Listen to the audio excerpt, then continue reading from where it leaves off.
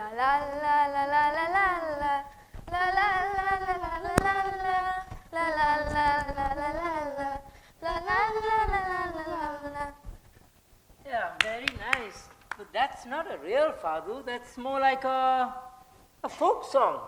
Who was the girl selling oranges? Ah, that was Amalia. Let me tell you about Amalia. Yeah, who was she? The question is, who was she not? Amalia is considered to be the greatest fadista or Fado singer of all time. She was known as the Rainha do Fado, which means... The Queen of Fado? That's right. When did she start singing?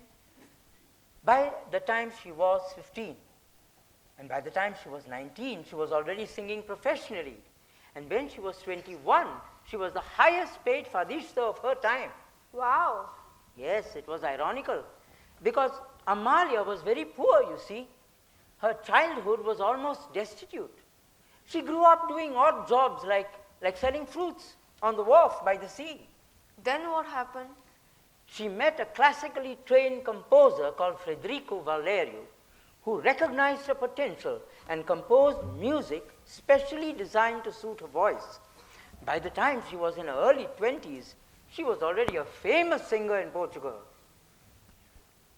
So all she did was sing? No, she was an actress too. She acted in a film called Capas Negras, followed a year later by her most famous movie, Fado. So she was a famous star in Portugal?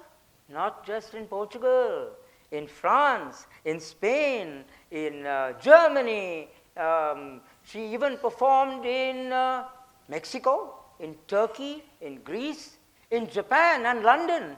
She was an internationally recognized star, not just in her own country. Did she sing her own songs or someone else's? Ah, good question. When she was in her early 30s, she collaborated with famous poets like David Mourão Ferreira and others, who wrote lyrics and composed music specially for her. Thanks to Amalia, the Fado, which used to be a traditionally working class genre, was transformed completely. Did she perform in America? She did. Amalia was the first Portuguese artist to appear on American television. She even performed in Hollywood. Hollywood? Wow. And in France? Oh yes. In France, she was almost as popular as she was in Portugal. She even performed at the famous Olympia Hall in Paris. Later, she even sang in the Soviet Union. Russia? Yes. And Israel. Israel? Great. And where else? Oh, Amalia performed all over the world, including Romania, and at the Hollywood Bowl in America, and in New York City, accompanied by the great conductor Andrea Costellanets. Did she sing her own songs? She did. She also recorded poems by the great Portuguese poet Luís de Camões. Have you heard of him? Wasn't he the one whose statue was recently removed from Old Goa? Aye, Saiba. Never mind. Let's not get controversial here. Did she win any movie awards? She did. She won Best Actress for Fado, Uma História de uma Cantadeira, and her album Com que Voz won a number of international awards. So she sang only in Portuguese, right? No, she sang in French as well and created French versions of her own songs. Coimbra, for example, became Avril Portugal. She even recorded an album of American songs which includes a rendition of Summertime. Summertime? Summertime, and the living is easy. Fish are jumping,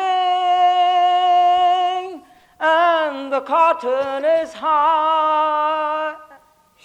This is a Fado concert. Sorry. Okay. Did she win any awards? Oh, plenty. In Portugal, she was widely decorated, winning medals like the Grand Cross of the Order of Prince Henry and the Military Cross of St. James of the Sword. She was even conferred the Légion d'honneur by France, which is rarely given to non-French citizens. Did she perform in India?